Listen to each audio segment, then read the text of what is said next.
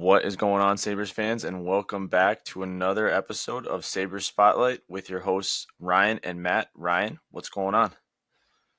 Not a whole lot, dude. Just it's been a while. It has been a while. And we didn't even know if we were going to hop on tonight. It's probably been about 4 or 5 weeks, but there's been a lot of shit that's been going on, so we didn't really want to postpone the discussion too much here. And we'll get into a lot of things tonight, including the most recent game. We're celebrating the win over Jack Eichel and the Vegas Golden Knights earlier today, which I was at that game. So we can get into that a little bit. We'll get into some of the trade deadline news and a little bit of talk on the roster here and where we think things are sitting now. Looking at the rest of the season here, but what's new with you? Anything new? We've both been busy, so I feel like we've kind of talked steadily, but haven't had much Sure. time to really chat too much. No, no. I mean, dad life is hard. I'll say that. It's Dude, I tough. know. I know it's crazy. I almost texted you the other day, but like you kind of know because you're going through it. Or maybe I did. I can't remember. Oh, I think I did where I was just like, dude, I have like having two kids is crazy because it's like when we get to the weekends, I am just going like sun up to sundown. It's crazy how there's just no rest for anything. One thing to the next, and then before you know it, it's like nighttime again, and then the day starts. It's the best thing ever, but it's also just there's no downtime whatsoever. Yeah, I feel you, dude. I mean, my poor wife. So I work on Saturdays, and so last week my wife had a party to go to, so she took Quinn literally all day, and then she was at a party today also, and took Quinn all day, and then so she's exhausted, and then I'm exhausted from being at work, and and he's exhausted from being out all day and not really getting the right naps in or like proper length because he's out all day, and it's just the weekends are Yeah, that's currently a tough. mess. That's tough. And then we're all exhausted from having to watch the Sabres for Oh, mentally, I 55, know.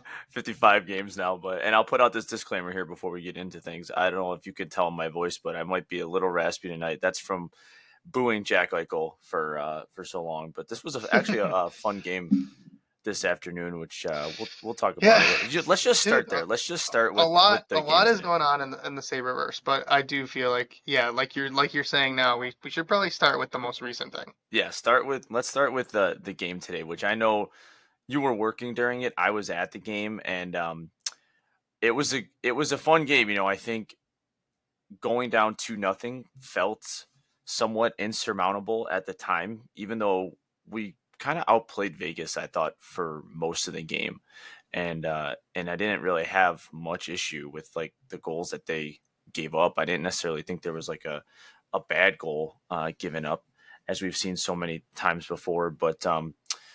I thought the Sabres actually outplayed them for a little bit, and then when they getting the goal fairly quickly after their second goal, it was like a minute and a half later. McLeod gets the goal to cut it to 2-1. It felt like going into the third, and in the arena also, you could just kind of tell there was a sense of relief and like, okay, maybe we can do this since we got it to one, and then the third period goes the way that it goes. But what did you think about the game today?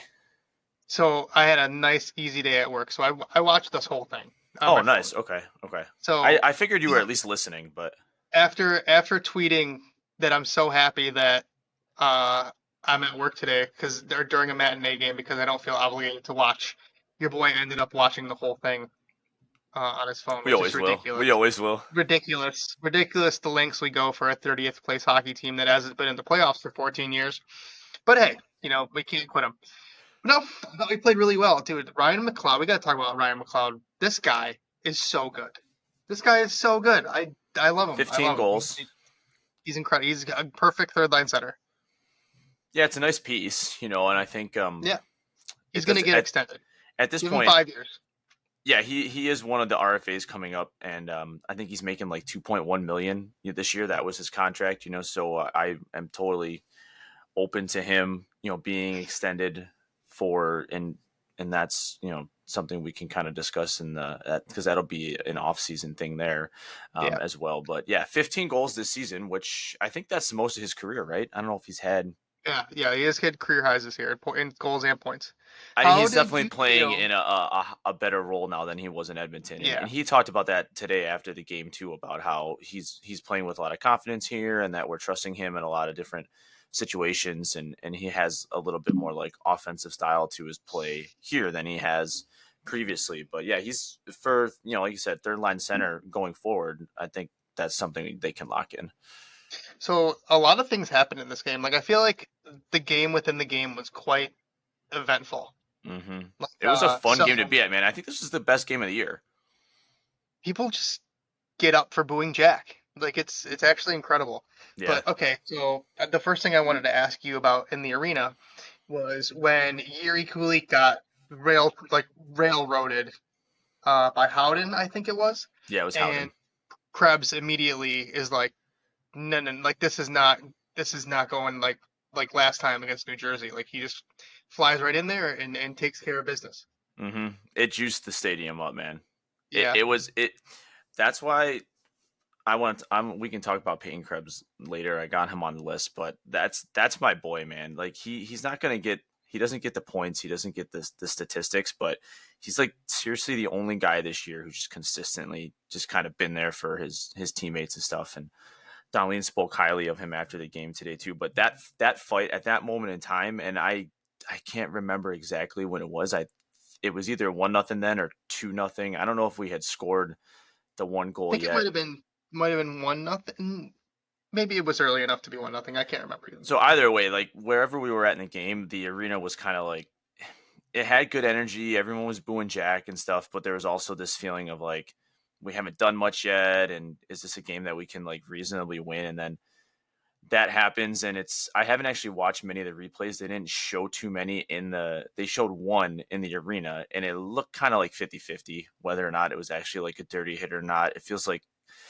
It honestly feels like Cooley kind of went into it a little bit, just kind of like where he went with the puck, which I think was the right play to try and get away. But um, yeah, that the play is what it is. But Peyton Yeah, Krebs doing that and then like getting the or getting the 10-minute misconduct and like the 5-minute major that was bullshit. yeah, that's what got everyone going, and it was already like somewhat of like a tense stadium, or like there was a lot of animosity in there when that happened. It just ramped up even more. Well, it was horseshit because after that we end up getting the penalty, like the extra penalty. Yeah, So we're on a penalty kill after our guy gets truck sticked, and then we go stick up for him. Like that's what you're supposed to do. yeah, Like no one hands out instigator penalties in this league. Like it's ridiculous. yeah. I two feel like minute the only instigator team penalty was crazy. we're the only team in the league that gets these extra calls. Like it's fucking bullshit. I can't stand it. But so props to Krebs for sticking up for his teammate there. That's what we want to see. And Lindy even in his post game like called back to New Jersey and he's like that's what we hmm wanted to see hmm in the New Jersey game. And that's kind of a direct shot at the guys on the ice at the time. And we all know who was on the ice at the time. Yeah, major props to Peyton Krebs, dude. There was no hesitation at all. As soon as he saw his dude on the ice, and it looked like he also had a view of the play, which apparently this team needs. If we look back on that Jersey game, but Yep. but he didn't hesitate whatsoever. He got right in there. And so funny story real quick about this game. So there's a family sitting in front of us, mom, dad, three kids, probably all within like 10 to 12 years old, right? Yeah. So they come a little bit late to the game. They probably walk in like halfway through the first. They sit down, and the kid who's sitting directly in front of me, he's got an Eichel jersey on, right? And I'm like, okay, whatever. Like, I don't care. I'm not going to give the kid shit. He's a little kid, whatever. There was a bunch of Eichel jerseys there. It is what it is. So after they're here for a few minutes, I hear the mom go to the dad. I didn't realize this was the Vegas game, and because they could sense the animosity and stuff in the Oh arena, and yeah. everybody booing, and I think and the wife's like, "Oh yeah, my bad." So then the game plays out the way it does. By the Yep. third period, the kid in front of me, his Eichel jersey was off. It was on the ground, and he's booing the shit out of Eichel, and just everyone they were just totally into the game. It That's was so funny. that was like the epitome of like how that game was, where it's like, this thing with Jack, it's like it's done with. It is what it is. Everyone's moved on. We talked about that, but you never really move on from it. And when he's here, you're gonna boo him. It's just become a thing, and it works. It gets in his head. It's fun. Arguably, I we mean, he kind of did won score this the game because of he it. did he did score what should have been the game-winning goal, and that must have been that everyone in the crowd must have been like, it had to be that guy. That's why it's so great too, because he he lives for it. Like when he scored that goal, Oh, I he know. You gotta was love that too, as a competitor. yes. Like when he scored that goal, he there's nobody who was happier in that arena than him at the moment, and he went right over to the fans. It was giving him shit. Like he has embraced the villain in Buffalo, and I mean he doesn't care. He's in Vegas and they're Yeah, winning and doing well. that's fantastic. You need villains in sports, and like we haven't had a lot to root for or like root against that of any importance. So it's cool for like that relationship is clearly fractured, but it's fun. It's sports, It so it is. was It fun. is. I was like, of course, I was like that fucking guy, but it's like for him, he's got to be like, yeah, I just did that, you Yeah. Oh know. yeah, for sure, for sure. And that's why it's so great because he's very clearly into it too, and the team is very into it too. I mean, they after the very first game, they spoke about how they were annoyed by it, and then there was the infamous interview with Jack that's now a meme, forever. And then even this game, you see the influence of it because Hurdle at the end of the game has a chance to ice the puck or to put it in the empty net, and it wasn't like the best angle, but he could have very easily put it in the back of the net and instead he tries to dish it off to Eichel to have Eichel put the cap on it, and it doesn't work out. And then Dahlin scores with 14 seconds left and ties it up. And Cassidy was not a happy camper after the game. I'm sure I there's a mean, lot of Vegas teammates who aren't either. what a boneheaded move. I mean, that's just ridiculous to try to like stick it to the home crowd here and give Jack another goal. Like, dude, just put the puck in the net, and then you're going home with 2 points, and we're sad. And it's like karma bit him in the ass.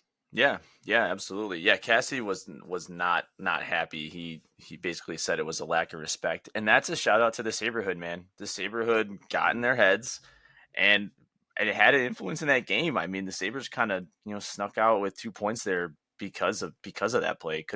It could have ended if that's a regular game. Hurdle puts that in the back of the net 100 times out of 100. But because it was the game that it was, it went that way, and that was awesome. Real quick before we move on from the game, because I think that's probably most of it. Um, I want to just kind of go through a couple of the post game comments because it just touches on some things we talked about, and I want to see what you think about this. Dowling was interviewed after the game. He says that guys are stepping up for each other now. They look like a real team. This is the start of something good. He said that Vegas's chances tonight were mostly from his fuck ups, which I mean, he always takes accountability for himself, and he did have a few mistakes that did find their way into the net.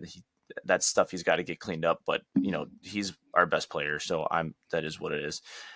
They Yeah. asked about the team culture. He says a lot of things that go on behind the scenes that the media doesn't see, but he believes it's a different vibe right now. Guys are stepping up and being leaders. Guys want to be here and make a difference. And he gave huge shout out to Peyton Krebs, saying that he's a huge piece of the room. He's a team first guy, and every team needs a guy like him. So, any thoughts on any things I put in the show doc here? Anything from Zucker, anything from Darlene that you wanted to touch on before we move on?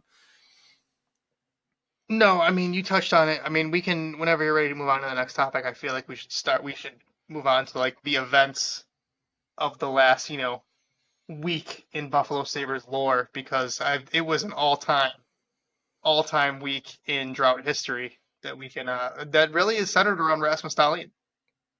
Okay, I'm fine with that. You want to go? I'll let you since you got the intro there. I'll let you kind of take it off because that's a little bit Oh my more of your goodness. world too with the whole Chicklets guys. So So, oh my God, it was so interesting. So after, trade deadline happens, the Sabres make their big move. They move off of Dylan Cousins. He's in Ottawa. He's killing it. Whatever, dude. Like, I don't. Dylan Cousins is dead to me, basically. Like, as a player, he can do whatever he wants in Ottawa. It's fine. He wasn't. It was never working here. We get Josh Norris, we'll who get to that. unironically is already hurt because that's what happens in Buffalo. But anyway, besides that, so Adams goes on GR at WGR local radio here in Buffalo after the trade deadline, does a little press conference, and he says it was kind of like a throwaway line, but he says, you know, I met I met with Rasmus Dahlin for about an hour. Didn't say when, but he said that, we just talked about like the plan, and I reassured him that I'm gonna fix this, all like that kind of thing. That was like a throwaway. Like all weekend, no one says anything about that. No one makes a big deal of it. And then Paul Bissonnette on Spit and Chicklets on Tuesday kind of throws it in there. He goes, "Hey, I really don't want to stick it to the Sabres fans. First of all, fuck Biz, dude. I'm so sick of his garbage. He's just he's he's good for hockey and he's a great guy, but this antagonistic shit that he pulls with fan bases is really getting on my nerves. Like he's all in the Detroit fan base, he's antagonizing them. He goes after us all the time. Like it's stupid. So he says, I heard that Darlene met with Adams, and if things don't get fixed soon, he said I'm gonzo. That's what he said. Okay, me, a Buffalonian, like knowing, listening to Adams' press conference and his version of events, that's not what he said. Like that's not the version.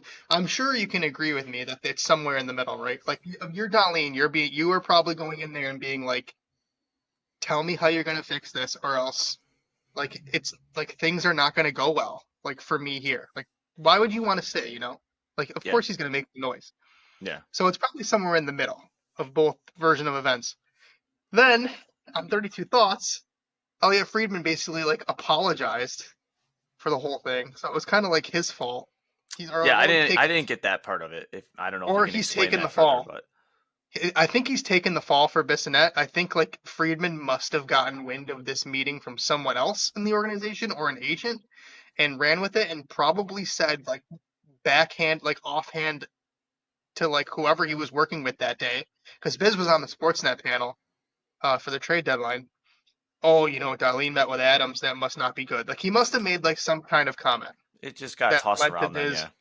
Yeah, so it was ridiculous. So we can lead that into Darlene. What a captain, dude.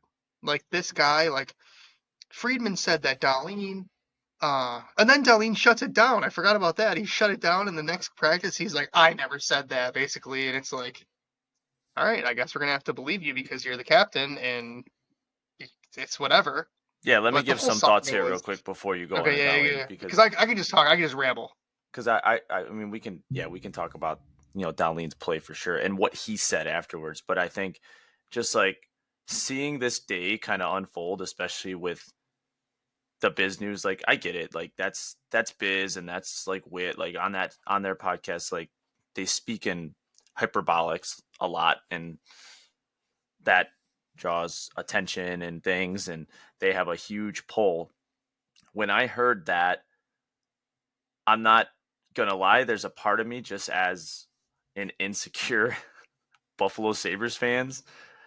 You think it's true initially, but then when you hear that it's Rasmus Dahlin and he met with Kevin Adams, like you said, I'm sure that the truth is kind of somewhere in the middle where they had this conversation. They talked for an hour, so they very clearly spoke about a lot of things, and the trade deadline and things that shifted and happened.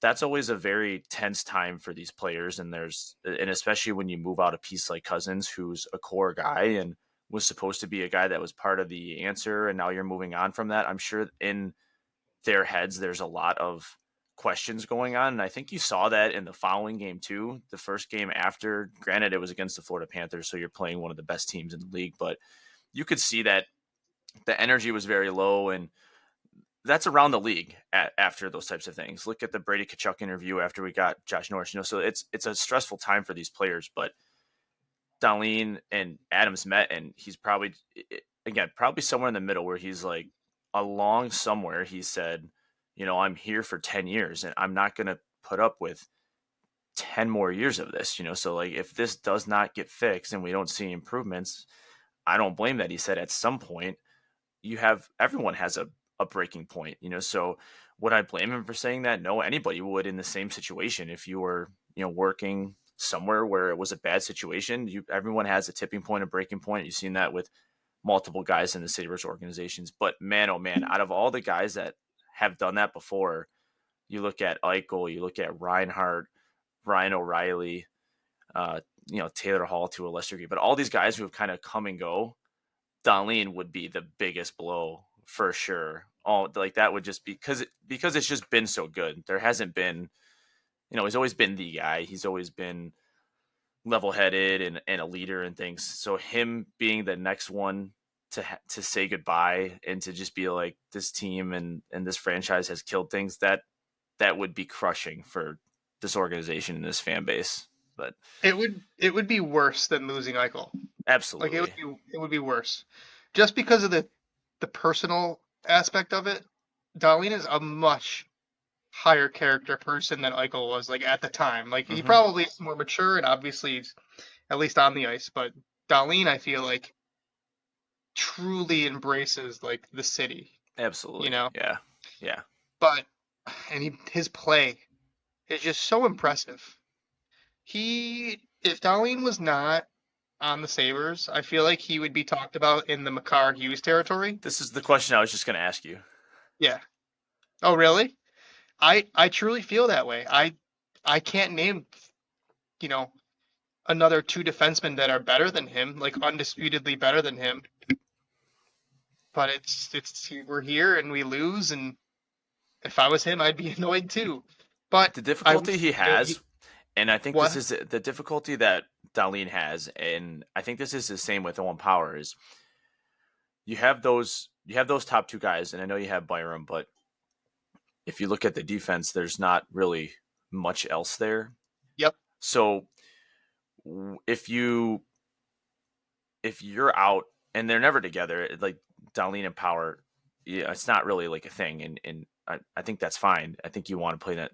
It's been shown that they're better when they're not together, anyways. But if you're been playing your whole career and every game you're playing alongside somebody where like if you make a mistake, it's likely hurting you because the other person out there probably is not covering up for it, then and that's not to excuse anything from either one of those guys. Like Darlene, again today, he did have a couple turnovers today that Yep. directly were his fault. Like they're not perfect players, but if you can get capable guys for those two guys, then it fixes a lot of things. And so that will be one of Kevin Adams' big priorities in the offseason. And he's, said that himself as well. So I'm in agreement. Like if you trade him today to a team that has just better pieces, I think he immediately levels up into superstar status. And in our eyes, he's already there, but that's just in Buffalo. But it would be at a national level.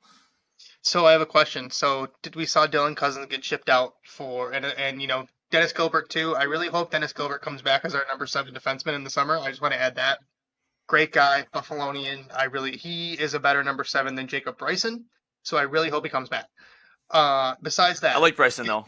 I do I like do Bryson. I'm too. not gonna Yeah, say, but he's just so small, man.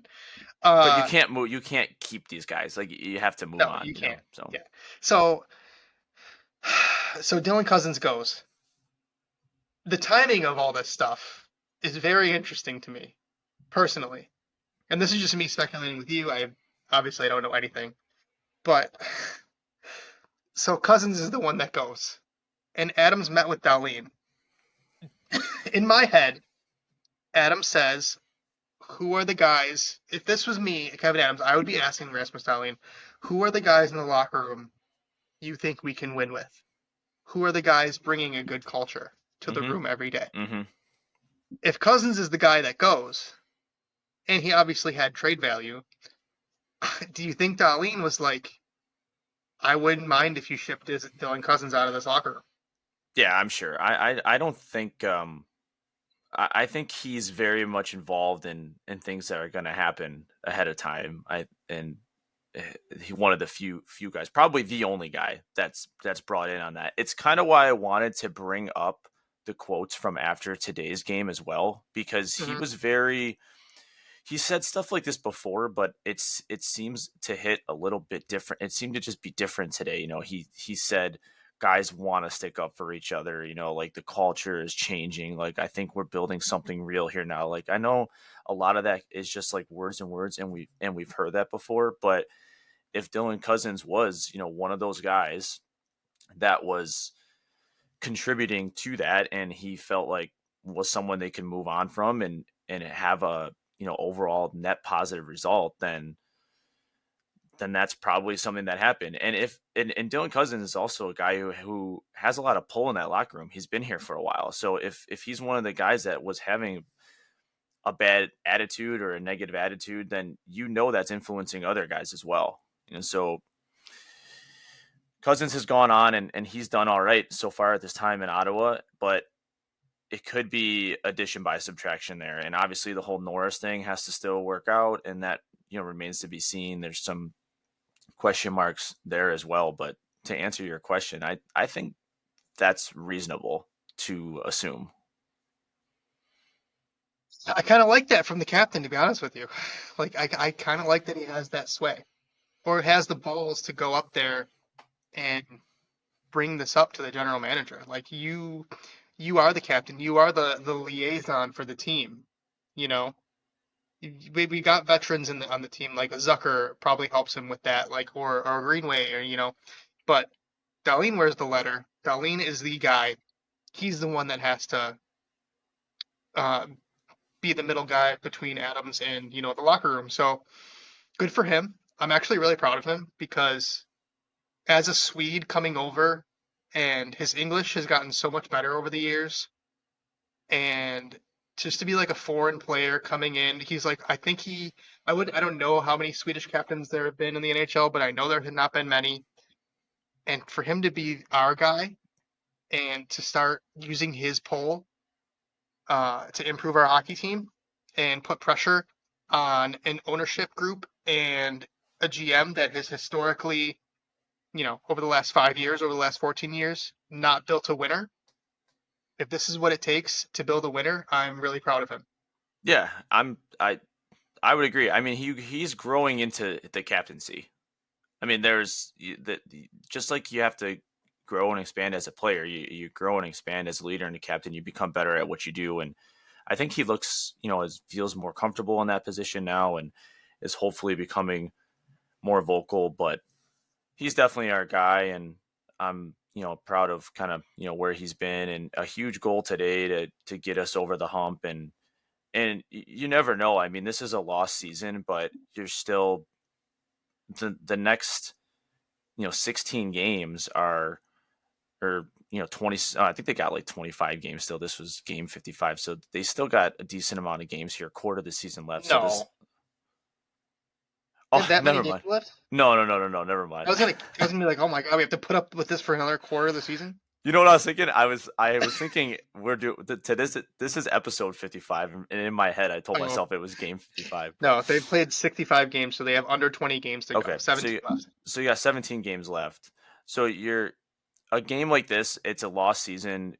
You're going to extend the playoff drought, but you have to try and build on momentum and find out what you're going to be going into next season. And you'd still rather see the positives than the negatives. And so him stepping up in a game like this was huge, especially when it was Jack. Why don't we talk a little bit more about the trade deadline and what happened here, and specifically that Dylan Cousins deal. So, like you said, Dylan Cousins, Dennis Gilbert, and the Sabres also send a 2026 second round pick to Ottawa for Josh Norris and then right shot defenseman Jacob Bernard Docker. So, what do you think about what's coming in, what's coming out? So Norris, he's in the third year of an 8-year, $63.6 million deal. So 7.9 AAV. So he is a little bit more expensive than Dylan Cousins. So Sabres actually take on a little bit more salary with this trade here, but you have another 5 years of Norris kind of locked in. What do you think about what we got here and how it projects for both teams, I guess? Well, we hated Dylan Cousins here. He had to leave. Like, I don't think you could probably count on one hand, the amount of people that wanted Dylan Cousins to stay. So, in saying that, Josh Norris is a better hockey player, in my opinion, than Dylan Cousins.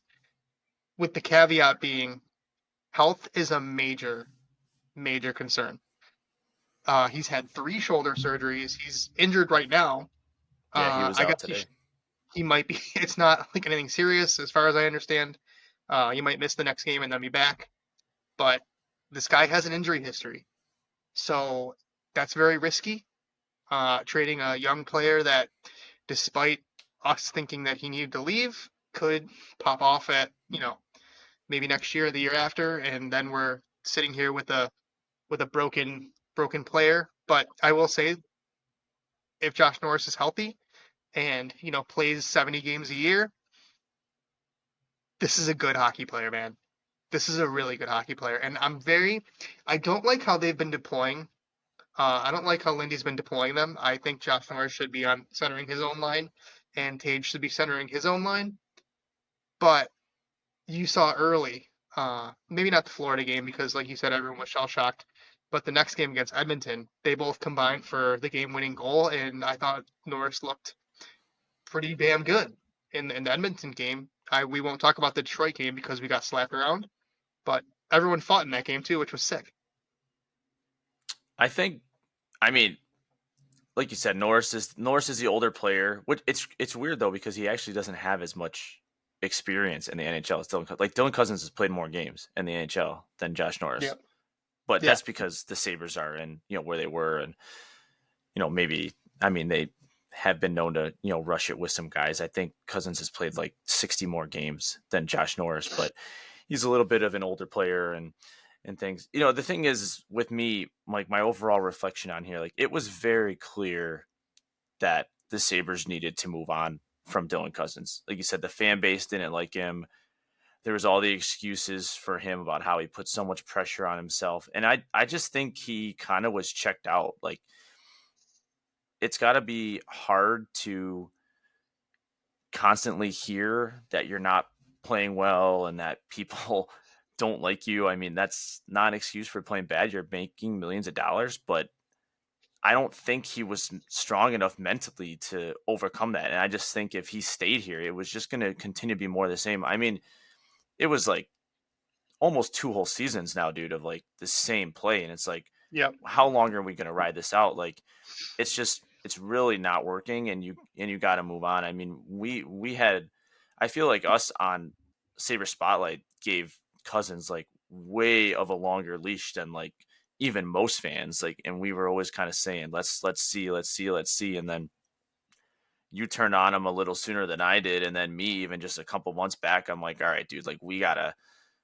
move on from him here. So if you just kept Cousins here, it just would have been the same. So I understand the injury history with Norris, but I'm also kind of excited because it very clearly wasn't going to work with Cousins. So at least there's something new.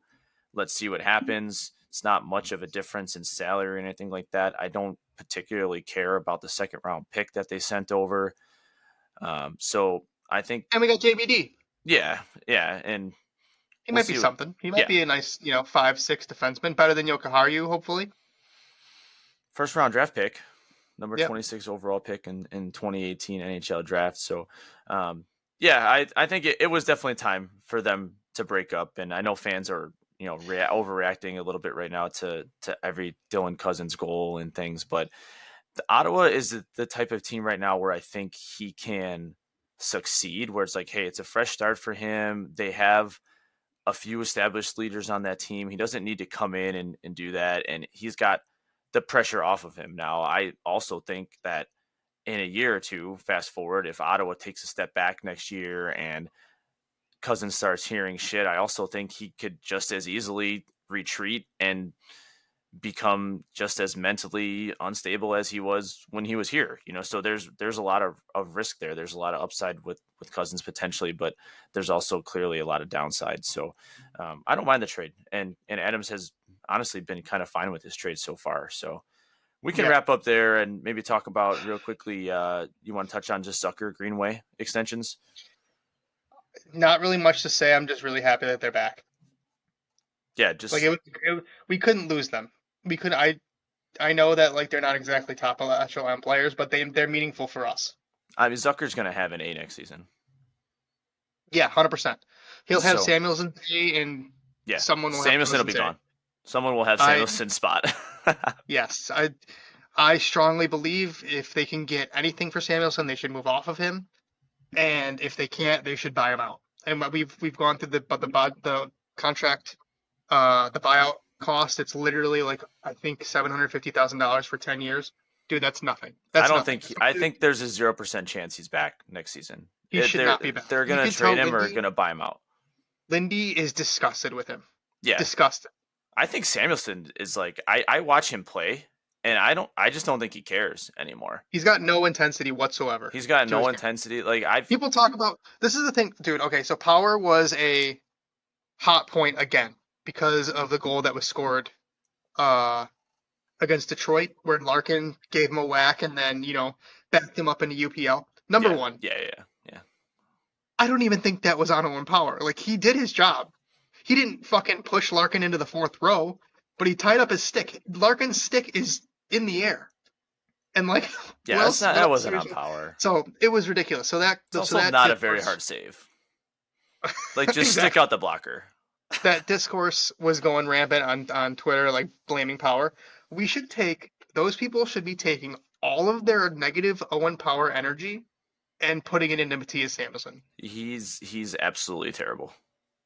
And it sucks because I thought him come like when we gave him that deal, he looked like they were calling him the Cobra because his stick was so long and he was just snapping at pucks and breaking up plays. There's none of that now. None of it. No. And if you're not doing that, you're not sticking up for your teammates. You don't provide offense. What do you do? Kevin Adams talked about in his presser how one of the things that him and Darlene talked about, and one of the things he said to Darlene in that meeting was that you are one of our best guys, but I also watch you in practice, and you're one of the guys that consistently goes hard at practice and does things the right way. And he goes, I want to find, or we need to have 23 of you. And I Yes. believe Samuelson is the absolute opposite of that. Like he is a guy where I'm not there, but I I doubt just from what I see. Like I just see low energy. He's just apathetic. Like this guy does not want to be here. He just doesn't care. And I could not I mean at this moment in time there's nobody I want off this team more than him. I would have rather I mean, you probably weren't getting anything for him because who the hell wants him on their roster? Like other teams Right. see this garbage and they're like, no, I don't want this guy on my team either. I'm just like, I'm so done with him. And I'm telling you, dude, again at this game today, they announced starting lineups, and I heard quite a bit of boos when they announced Matthias Samuelson's name. Like fans That's are done with him, crazy. dude. That's crazy. And I was listening for it because I know how I feel. And if you're a plugged in Sabres fan and you're like watching this team or listening to podcasts or you're on social media, like it's pretty well known fact that like this guy he sucks and he's not benefiting your team at all. So I was interested to see if I was going to hear anything, and I don't think I was just hearing it because I wanted to. I'm pretty sure they were there. Yeah, I mean, poor guy, but still, he doesn't perform. So No. he's on the docket of guys we cannot have here next year if we want to be successful. Henry Jokiharju was another one of those guys. He gets traded to Boston for a fourth round pick, so that's Yeah, fine. dude. It was so funny. So like the first couple games they played with him, whoever he was paired with, I think it was him and Zadorov, they were posting like a 72% XG. Like shot attempts were like 25-2 in their favor. It was insane. And tonight they got fucking throttled and he had a 15% XG and was terrible. Was And tonight the Middlestat game where they in the second period they got outshot 20-0? 20-20, yeah, 20-0. Yeah, yeah.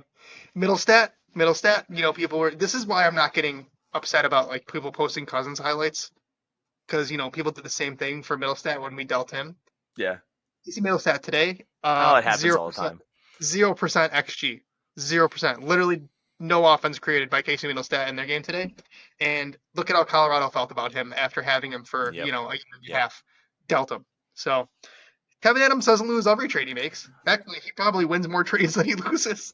He's probably won most of them. I mean, you look at the Middlestat and Byram deal, like that looks like a good deal now. Like you said, Colorado moved on, and now he's in Colorado, or now he's in Boston. And then look at this Savoy trade. I mean, Savoy could turn into a nice player, but you needed to get right now NHL ready player, and you got that in McLeod. So like Adams and his trading is, we've said like he should probably try and do it a little bit more. Like and maybe he does, and maybe he is gun shy for other things. We'll see what happens with the Cousins thing, but yeah. So Boston's all of a sudden turning into Buffalo North, I guess. Yeah, a little bit of a pumpkin. They're turning back into a team that's going to miss the playoffs multiple years in a row, hopefully. And a team that we should surpass in the next year or so. Yep, and then we'll see. We'll see what happens So with Ottawa. Ottawa's on a roll. They won again tonight. they No did. goals for Dylan Cousins or points Thank for God. everybody Thank listening. God. Um, so I see you got a lot of stuff here, but I think my kid is going to need me soon. So I want to just touch on some stuff about the off season real quick, hmm like at an ownership level. I just want to rant for a We minute, can and then talk about. I We can want get you into to goaltending next pod because yeah, there's I a want you to lot to still say. go. When I leave, I want you to still hit on some of these points here because this is a great docket, and I don't want you to go to waste. So I just want to say I just want to beg right now. I'm gonna put it into the ether that I'm gonna beg Terry Pagula, please, please loosen up the purse strings and allow I Kevin mean, Adams to Kevin cook Adams said this summer. they're gonna be a cap team next year. Yeah, he did. He did. I mean, he And you know didn't what? say it, but he implied it. He did. And that excites me a little bit because he I still don't think he's a bad GM. Like I think he's a middle of the road GM that's gotten handicapped by his owner. So I don't know. I'm just begging. I'm begging. Please, please go find a partner for Power, or go find a if you ship out Byram, go find a stable defender for Darlene. You know what? You know what? This is what I want. This is my dream right now. Let's say we don't win the lottery. We're not picking one. We're not picking two. So we're not getting Schaefer, the left shot D that's going to go first overall, and we're not getting Michael Misa, the big 6'4", 225-pound center that has like 75 goals this year in the OHL. Let's say we're picking fourth. We send the fourth overall pick to Boston, who is rebuilding, by the way, and the prospect of your choosing for Charlie McAvoy. That is my dream That would be in this nice. current moment. That's my dream. Can you imagine Darlene and McAvoy on the ice together? Oh, that would be Holy sick. That'd be one of the best pairs in the goddamn league. So I'm just begging you guys to open up the purse strings. Maybe Pagula step away. Maybe go live on your yacht for the whole hockey season. Visit the Bills every so often, but keep your little paws off of the Sabres. And I'll leave you with that, guys. Matt's gonna take over for me. He's gonna touch on the Amerks because the Amerks are kind of falling off, but they were a wagon until like about 2 weeks ago. But it was really nice. All right, so I will. I won't go on much longer here. I'll talk some more stuff. When we get in the next show there because it's more discussion stuff. So I just want to give everybody before I head out. I'll give everybody just a quick update on the Amerks here because we haven't had much Amerks discussion this year, and I miss talking about the Amerks and the Amerks have been doing really really good over in the AHL. So currently tied for second in the North Division with a record of 35, 17, and 6. So 76 points in 58 games played. It's 1 point behind Laval Rocket for first place in the North Division, and they're 1 point behind Laval. They did just lose back to back games to the Rocket, which hurt. So that's kind of an 8 point swing there, but they still have 14 games left in the season, and so we'll see what happens there. But definitely the way we're going to continue to see playoff hockey here in Buffalo is the Rochester team here. So we'll see what they can do. They're playing some really good hockey. Devin Levi's numbers here and he's a big reason why the Amerks are doing as good as they are. And here's just some numbers for perspective. And we'll go over UPL's numbers next podcast because they're just yeah, they're not great. But Devin Levi 2.29 goals against, tied for sixth in the AHL. 0.915 save percentage, tied for sixth in the AHL. 20 wins, tied for second in the AHL. 5 shutouts, tied for first in the AHL. So Devin Levi is having a great year.